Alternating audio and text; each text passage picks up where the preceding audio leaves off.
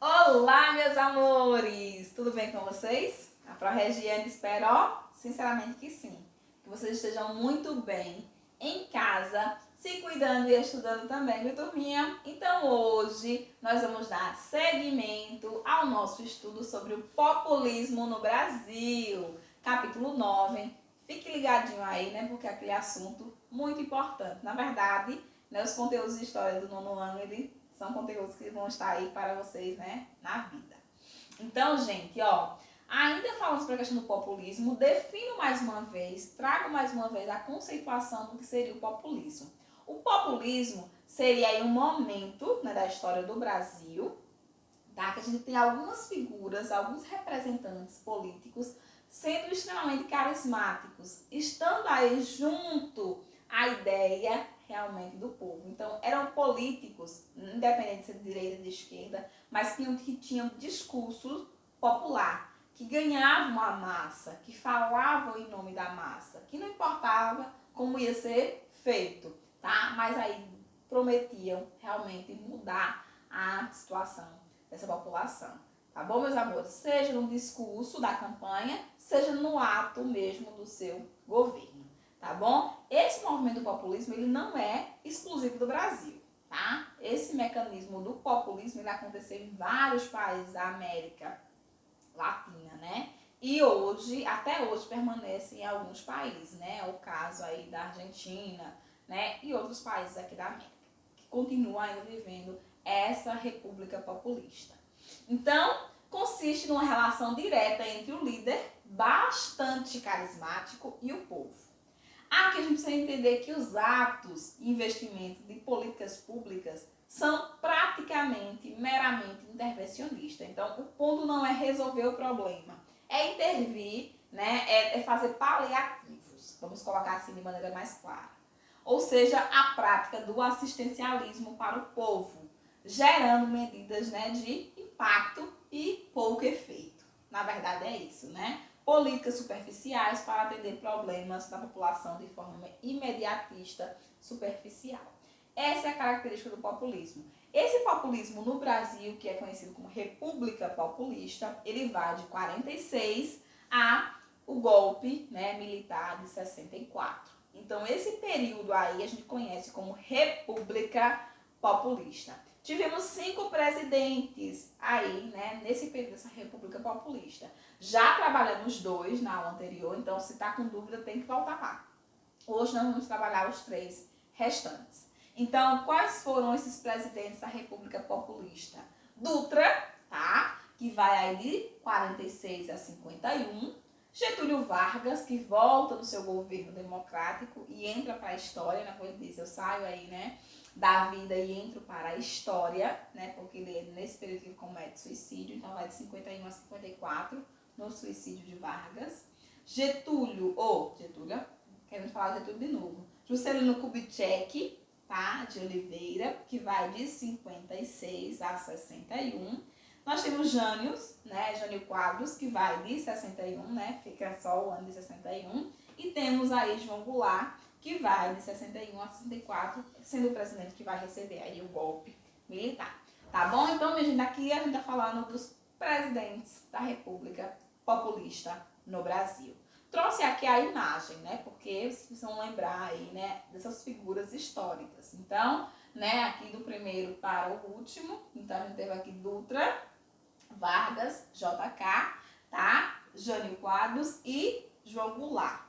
O João Goulart, também conhecido como Jango, tá, meus amores? Então, esse último presidente aí. Eu começo aqui apresentando para vocês o contexto do ano de 1955. Um ano conturbadíssimo, né, que a gente teve aí 3 presidentes, minha gente. Um ano só, 3 presidentes. Uma loucura, um fuá grande. Por quê? Porque depois do suicídio, né, de Vargas, sem completar o seu mandato, naturalmente, de forma, né, tranquila, natural, quem assume é seu vice, Café Filho. Lembra ainda que Café Filho, ele não era, né, a pessoa que adorava Vargas, né, que representava, que tinha parceria com Vargas. Nesse momento da história, a gente precisa lembrar de um detalhe que vai ser fundamental. Existia eleição para presidente, que aconteceu acontecia no momento e existia a eleição para o vice-presidente.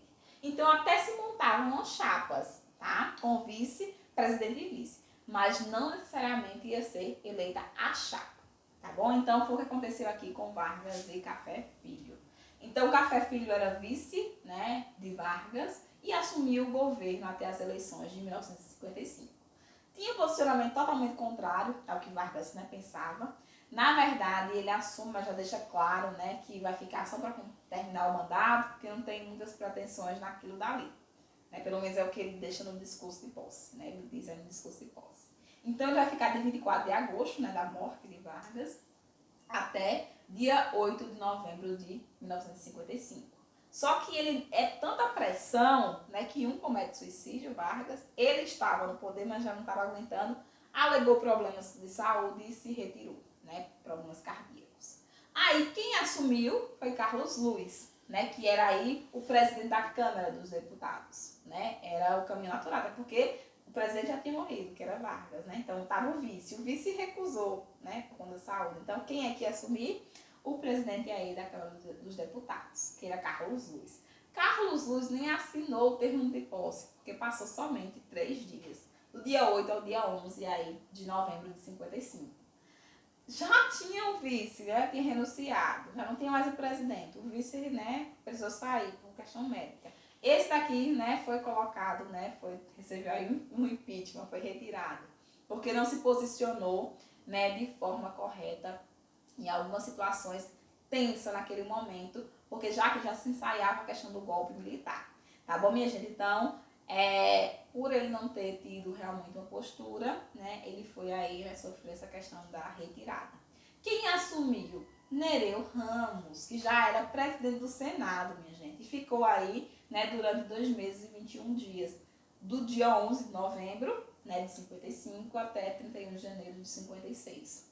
Então, percebam que o ano é conturbado, né, minha gente? É um ano, assim, com muita informação. Tudo isso depois da morte aí de Vargas. Seguindo aí, né, nessa lógica aí, depois desse suicídio, né, além desse suicídio, né, que foi um evento aí que marcou demais a população que vivia naquela época, né, inclusive Carlos Lacerda foi considerado aí culpado por esse suicídio, né, teve que ser exilado e tudo mais. Somada à grande inflação e recessão que o Brasil passava, deixaram aí um panorama de sucessão bem difícil, tá, gente? Uma situação difícil para esse próximo presidente. O que aconteceu, né? JK, né, Juscelino Kubitschek e Jango foram aí eleitos presidentes e vice, tá? Por meio de uma união aí, de uma aliança entre o PSD e o PTB. Gente, o que é interessante aqui, esses presidentes, eles tinham as características, eram aí, né, tinham afinidades com Vargas, né? Até por isso, foram eleitos. Mesmo vencendo as eleições, JK quase não consegue assumir, justamente, né, devido a uma ameaça de golpe de Estado para impedir que ele tomasse posse aí da presidência. Que, né, aconteceu justamente porque eles queriam aí essa permanência de Nereu Ramos no poder. E só não aconteceu esse golpe já no momento que Juscelino Kubitschek assumiria por conta do marechal aí, que era ministro da guerra, Lott. Tá? Se não fosse ele, já se tinha acontecido aí, né, esse golpe militar aí, tá bom? Mas, de acordo com o posicionamento, né, desse ministro aí da guerra, Juscelino conseguiu assumir, tá? Depois de uma situação aí muito conturbada. E a gente chega no governo, né, depois desse contexto aí da morte de Vargas, né, esse ano aí muito complicado para finalizar esse governo e até Juscelino, né, assumir, a gente tem aí um movimento bem interessante. Então, Juscelino assume, Juscelino visa acelerar a questão da industrialização, né, para melhorar as condições de vida das pessoas, era o ponto central aqui, né, da sua colocação. Ele era visto como um presidente bossa nova, o presidente que queria desenvolver, né, tanto que seu lema era 50 anos em 5, porque ele diz, né, e colocou aí, e fez muita coisa, mas deixou muita coisa sem fazer, mas ele dizia aí, né, justamente queria priorizar e visar essa questão do desenvolvimentismo, tá certo? E aí ele conseguiu na prática, né, continuar o processo que já havia vindo ali de Vargas. Só que Vargas, ele propôs essa industrialização, só que era uma industrialização com capital interno. Era uma coisa mais, né, voltada à questão interna, como a gente viu. Já Juscelino não, ele ia na contramão do nacionalismo e buscou aí fazer o quê? O capital externo, né? Trazendo inclusive várias indústrias aí, né, estrangeiras. O diferencial é que ele não queria ficar, né, nas mãos dos Estados Unidos, então ele procurava outros países também para poder fazer esse investimento. Seu lema, né, elaborou essa proposta, né, e colocou como lema aí, né, o Plano Econômico 50 anos em 5, que alegava que toda a recessão, todo o atraso, né, dos governos anteriores acabariam no governo dele. Então, a meta era fazer com que o crescimento econômico do Brasil de 50 anos, que deveria ter acontecido nos 5 anos de mandato, que era o tempo que cada presidente tinha naquele momento da história. Tá bom, meus amores? Então, durante seu governo, né, ele construiu como seu maior feito a cidade de Brasília, e a gente teve a sede mudada, né, a sede política do Brasil mudada para a região centro-oeste, tá? Que era uma ideia antiguíssima, mas que ele conseguiu fazer essa transferência da capital do Brasil aí no ano de 1960, que vai marcar o seu governo, essa mudança aí desse eixo político. Continuar aqui trabalhando, né, o governo de Juscelino, focando na questão do plano de metas. Então eu falei para vocês que todos os presidentes eles tinham aí seu plano de meta. E não era diferente aqui dele, né? Então, ele tinha aí vários pontos, né, visavam desenvolvimento em várias etapas, né, em vários setores, de maneira muito rápida. Por isso, esse plano com esse nome, né, os 50 anos em 5. Ele queria desenvolver a questão da energia, transporte, alimentação, industrialização, educação e a própria construção de Brasília, né, que representava aí a questão da construção civil também muito forte, né? E aí esses foram os objetivos desse plano de meta, ele deixou claro que era desenvolver essas áreas. Mas o grande ponto aí de Juscelino é que ele fica muito ligado a essa questão dessa industrialização. Tudo é muito voltado para essa industrialização e que vai ser um grande pecado dele ali, né? Além dele ter contraído para o Brasil dívidas altíssimas para poder fazer essa construção de Brasília. Mas os principais pontos desse plano de meta foi a energia. Investir nas hidrelétricas para crescer a produção em 10% ao ano durante o seu governo, tá? Então, as que já tinham e as que não tinham, eles queriam, né, construir para poder aumentar essa produção de energia, porque precisava para a questão da industrialização, que era o ponto central do governo dele. Educação, construindo aí escolas técnicas, para quê, meus amores? Para poder voltar ao mercado de trabalho, né, a essa questão do trabalho aí, né, então escolas técnicas seria o ponto central, né, formar técnicos. Transporte, investimento na construção de estradas e rodovias para poder facilitar essa questão da industrialização, porque a indústria precisa que seu mercado, né, sua mercadoria circule para atender o mercado. Alimentos, né, expansão das indústrias agrícolas, inclusive aí com créditos específicos para esse setor. A indústria de bases, que era o ponto, né, industrialização, procurando matéria-prima para essa transformação, e a construção de Brasília, né, que foi aí o que ele mais gastou energia durante o seu governo. Então, o plano de metas de Juscelino apresentado, né, de JK, e aí a Pro segue colocando para vocês. Quais foram as consequências? Vamos indagar aí desse plano de meta. Será que ele conseguiu? Gente, se a gente for fazer uma avaliação, foi mais negativa do que positiva. Ele não conseguiu, né, colocar tudo o que ele queria, não conseguiu fazer esse desenvolvimento todo, né, o grande feito dele mesmo vai ser Brasília, tá? E ele ainda teve, né, alguns pontos aí, né, que foi bastante questionado por presidentes anteriores, né, sofreu uma pressão também enorme por conta da sua forma de governo, tá?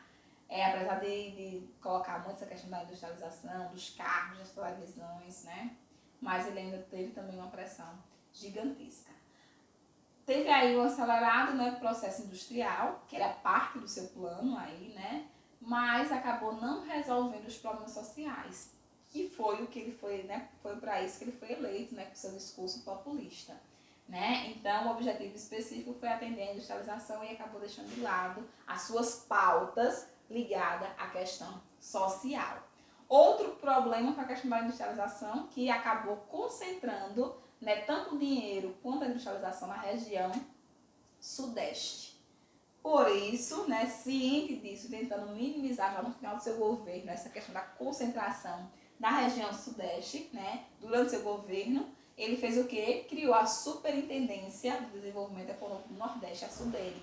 A SUDENE é criada no governo de JK, tá, minha gente? Para tentar diminuir essa diferença, pelo menos na lógica, né, na falácia, no discurso dele, tá, minha gente? Era de colocar essa questão aí dessa SUDENE para diminuir aí essas diferenças regionais, com, né, uma finalidade de buscar aí uma equidade, né, na região do Nordeste e Norte, que ficaram para trás desse desenvolvimento aí. E a construção de Brasília, que gerou, minha gente, muitos problemas trabalhistas, né, por essa construção rápida, acelerada, mas também problemas financeiros, né, que deixou aí um rombo, né, um gasto aí terrível para os cofres públicos brasileiros, triplicando a dívida externa que já existia naquele momento. Ok? Então aí está o resumo do governo, né, de JK. Vamos seguindo aqui para o próximo presidente, né? JK cumpriu seu mandato, né, com todos os percalços, mas cumpriu.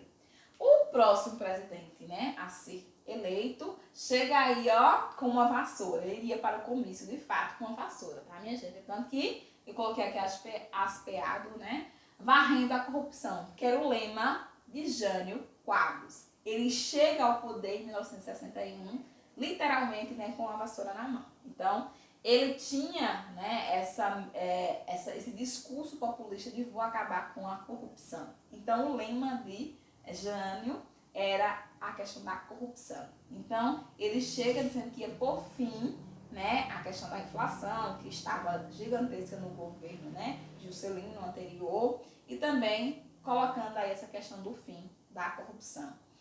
Lidou, né, com essa questão da alta inflação, da estagnação e da questão da dívida externa brasileira, né, recebeu esse presente do governo anterior, né, minha gente, já estava até comentando. Essa situação favoreceu a sua eleição, tá? Ele ficou apenas 7 meses, né, no governo, ele assume em 31 de janeiro, porque nesse momento aqui, o presidente assumia no dia 31 de janeiro, tá? Diferente do que a gente tem atualmente, né, que ele toma posse no dia 1º. Dia 25 de agosto. E ele é votado aí com uma maioria, né, uma quantidade expressiva de votos. O seu vice era João Goulart, tá? Mas, inclusive, João Goulart vai chegar ao poder justamente por uma saída de Quadros, né, do poder aí. Então, minha gente, para muitos historiadores, ele é um bom ator, né? Ele foi eleito porque ele era um excelente ator, né? Inclusive, desmaiava em comício, comia aí sanduíches de mortandela, bem uma tentativa populista, né? Ou seja, chegava aí e ainda colocava essa questão da corrupção, né? Se colocando aí como salvador do Brasil. Ele era a figura que ia salvar o Brasil dessa corrupção que estava naquele momento, ó, nem agora, né? Que estava aí altíssima. Então, né, conhecem aí o discurso. Então, o Jânio Quadros teve um curto mandato, foi um crítico dos Estados Unidos, da relação que os Estados Unidos tinham com o Brasil, né? Por isso, seus grandes problemas era justamente porque ele criticava demais a questão, né, dos Estados Unidos aqui. E suas medidas econômicas e políticas foram duramente criticadas também pelos trabalhadores. Por quê? Ele chega, né, ao poder e ele coloca, né, seu plano de meta, ele coloca algumas medidas. Só que essas medidas, elas também eram extremamente prejudiciais aos trabalhadores, que ele tinha sido eleito, né, justamente alegando que seria o top nisso, né. Então, a gente observa que as políticas de austeridades, minha gente, que a gente já falou para vocês, daquelas políticas, né, que contêm o gasto público, e esse gasto público ele vai aí realmente no trabalhador, nessa contenção, então é o que? Restrições de salário, questão da aposentadoria, né? Então congela essas questões aí, tá? Então, não era benéfico para o trabalhador. E ele tinha sido eleito, né, na política populista de defender o trabalhador. A criação de leis que acabavam com as riquinhas de galo, tá? Que naquele momento eram bem maiores, né, do que a gente tem hoje, que até é proibido. A questão de cavalos e tudo mais, tá bom? A criação de órgãos reguladores e de controle da veiculação de ações de cinemas, teatros e casas noturnas, ou seja, ele foi, né, muito enfático nessas ações, o que não foi tão aplaudido. Então, ele sofreu uma pressão também gigantesca por o setor conservador, tá? Por conta da sua divergência com os Estados Unidos, e por a população, que começou a não gostar muito dessas medidas que ele criou. E aí, como eu já disse anteriormente, né, ele tinha esse ato de ser um ator, né, como a gente costuma dizer, ele acabou, né, por conta das pressões que ele vinha sofrendo, né, ficando aí só 7 meses. Mas essa saída dele foi aí numa manobra não bem sucedida. Como assim, professora? Na verdade, ele apostou que o Congresso iria recusar o seu pedido aí, né, de saída. Então, ele entrega a sua renúncia, mas ele apostou que o Congresso não iria aceitar. Até porque o Brasil vinha de anos de problema nessa sucessão, nessa continuidade de governos, que vocês bem viram que a gente debateu anteriormente. Então, ele apostou que o Congresso não iria aceitar o seu pedido para deixar, né? Então, ele apostou nessa recusa, o que o Congresso não fez. O Congresso, né, claramente reafirmou, né, esse pedido, sem o menor problema. Na verdade, ele queria o quê? Reafirmar o poder. Bom, eu estou pedindo para sair, mas vai ser o povo que vai querer que eu fique. Só que não deu certo essa tentativa, que claramente ele deixou, né, depois dessa situação, ele deixou aí claramente que era essa a intenção dele. Então, portanto, o Congresso Nacional não recusou, aceitou, acatou, tá, a renúncia e naturalmente entregou o cargo a quem, minha gente? Ao seu vice. Quem era o vice? João Goulart. Lembra? Vulgo Jango, que estava em viagem, né, aí na China. Só que eles aceitam essa saída de Jânio Quadros, tá? Então, eles aceitam esse pedido de Jânio, só que eles não queriam que João Goulart assumisse. Por quê? Porque João Goulart era aquele que tinha feito lá em Vargas, lembram? Aumentado o salário em 100%. Então, João Goulart, ele tinha atitudes realmente de visar atender o trabalhador.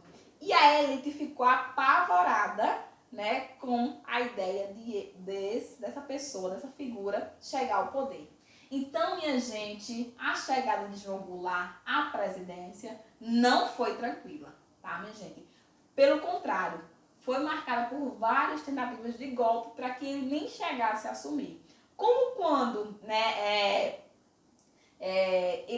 o pedido, né, chegou de saída, aí ele estava em viagem, né, na China, então Jango tinha aí uma forte ligação com essa luta operária, né? Tinha uma forte ligação com essas ideias da massa, da população. O que foi que aconteceu? Para impedir, né, sua posse, ele nem estava aqui, tá? Quando ele foi colocado como presidente. Houve 2 tentativas políticas aqui, né, dos conservadores, junto com os militares, que nesse momento já estavam doidos para tomar o poder, tá, minha gente? De impedir que ele chegasse ao poder. A primeira foi a manutenção da presidência de Ranieri, tá? Ranieri, ele assume, né, nesse processo de saída e chegada de Jango, que estava no exterior. Então, ele assume rapidamente. Mas o pessoal aí ligado aos conservadores e os militares já queria essa permanência. Só que Jango, logicamente, voltou e queria assumir o cargo que era dele, por direito. E aí, o que foi que aconteceu aí? O primeiro golpe aí, né? Porque, contrariando o que tem na Constituição, né? Eles estabeleceram aí para que Jango assumisse a questão do parlamentarismo. Só aceitaria que ele assumisse o poder se a forma de governo fosse a forma do parlamentarismo. Só que o Brasil não trabalhava com parlamentarismo, era contra a Constituição. Só que Jango, muito tranquilo, né, muito ciente do que iria fazer, eu aceito. Vai ser na forma do parlamentarismo, tá bom. Então, com quem é que eu vou dividir o poder? E chamaram Tancredo Neves, que vai ser também um dos autores aí posterior do golpe militar. Então, ele tinha, para ele assumir, ele tinha que dividir o poder, né, executivo com Tancredo Neves, meus amores. E aí foi dessa forma que Jango conseguiu assumir o poder, depois desse movimento todinho para dar, né, o que era direito a ele. Então, com isso, o regime político no Brasil, contrariando a Constituição, né, ficou o regime aí desse parlamentarismo, onde Tancredo Neves iria se envolver diretamente nesse governo aí de João Goulart. Tá bom, meus amores? Então, a gente tem aí essa chegada conturbada, muito, né, como sempre. Então, focando aqui, né, e continuando, ele cria o seu plano, né, como todos os demais, né, presidentes. Então, o plano dele foi o plano trienal.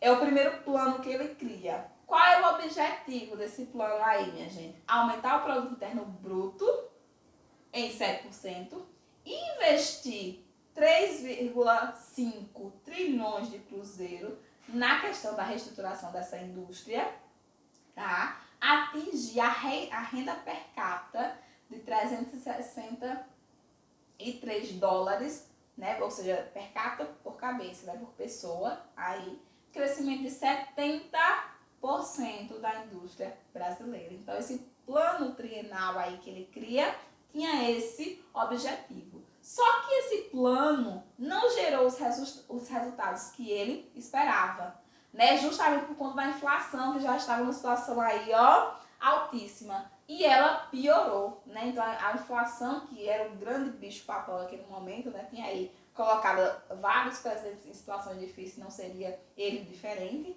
Então, chegou aí a cerca de 91,8% a inflação durante a execução desse plano aí trienal.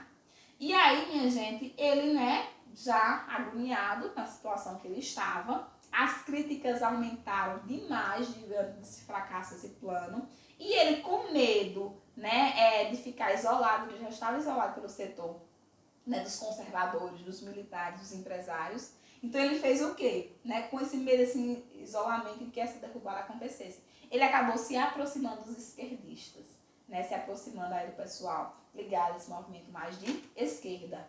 E aí ele criou um outro plano, que foi o plano das reformas de base, quando ele faz esse alinhamento com essa outra parte aí, tá certo, minha gente? E aí isso modificaria a estrutura social, visando a melhoria das condições de vida do povo, né? Que era aí a ideia desse plano de reformas de base. Até porque, né, se estava ligado ao movimento de esquerda, estava pensando aí inerentemente, tá, minha gente? A questão do trabalho. Ok? E aí, por isso que ele é conhecido, né, como esse presidente aí de esquerda, né, esse presidente, por isso sofreu o golpe, né? Muita gente coloca aí. E aí, qual era os pontos centrais desse plano de base, né, de Jango? Primeiro, a questão da reforma agrária, ele coloca como prática como um dos pontos desse plano, e se ia agradar aos empresários de forma alguma, né? Então, propôs criar um estatuto do trabalhador, estabelecendo aí direitos trabalhistas, e também fazer essa divisão, né, para esses trabalhadores rurais aí, e urbanos, com a questão da organização sindical. A reforma econômica, tá? Reformas de base, esse plano aqui. Reforma econômica, indústria e comércio seriam regulados pelo Estado. Ou seja, não era mais o capital privado, quem ia regular era o Estado. Reformas urbanas, propôs investimento na urbanização e controle dos aluguéis imobiliários pelo Estado. Tá, minha gente? Ou seja, esse plano de base aqui deixou os militares e o setor privado louco, né? E aí, diante dessa situação da implantação desse plano, né, que ele ia colocar realmente, chega no ponto que eles realmente, né, temiam assim que ele assumiu, que era esse pensar aí realmente, né, no povo. Né? Então, os conservadores se aliaram aos militares, não aceitando a política, né, que ele tinha implantado, de rejeição aí ao capital norte-americano, de aproximação com os regimes comunistas, da União Soviética, de Cuba, né, de China, tudo nesse movimento aqui que ele faria. E até que eles não aceitaram e se alinharam de vez. E aí no dia 31, na madrugada, que o povo já gosta de fazer esses golpes na madrugada, né? Como eu digo pra vocês, na história sempre é uma madrugada aí. Então na madrugada do dia 31 de março de 64, os militares, né, e civis conservadores, né, com apoio dos Estados Unidos, conseguiram fazer aí, né, com que Jango deixasse o poder, né, presidencial a partir do golpe militar de 64, tá bom, minha gente? Então a saída de Jango foi a partir desse golpe. E a gente finaliza aqui também essa ideia, né, esse momento da história do Brasil, da República Populista, tá certo? As cenas da ditadura militar, tá certo? Do golpe militar, nós vamos ver nas próximas aulas. Tá bom, meus amores? Então, eu espero que vocês tenham entendido, né, o que a gente debateu na aula de hoje. Aproveitem esse material. Fiquem com Deus e até o nosso próximo encontro.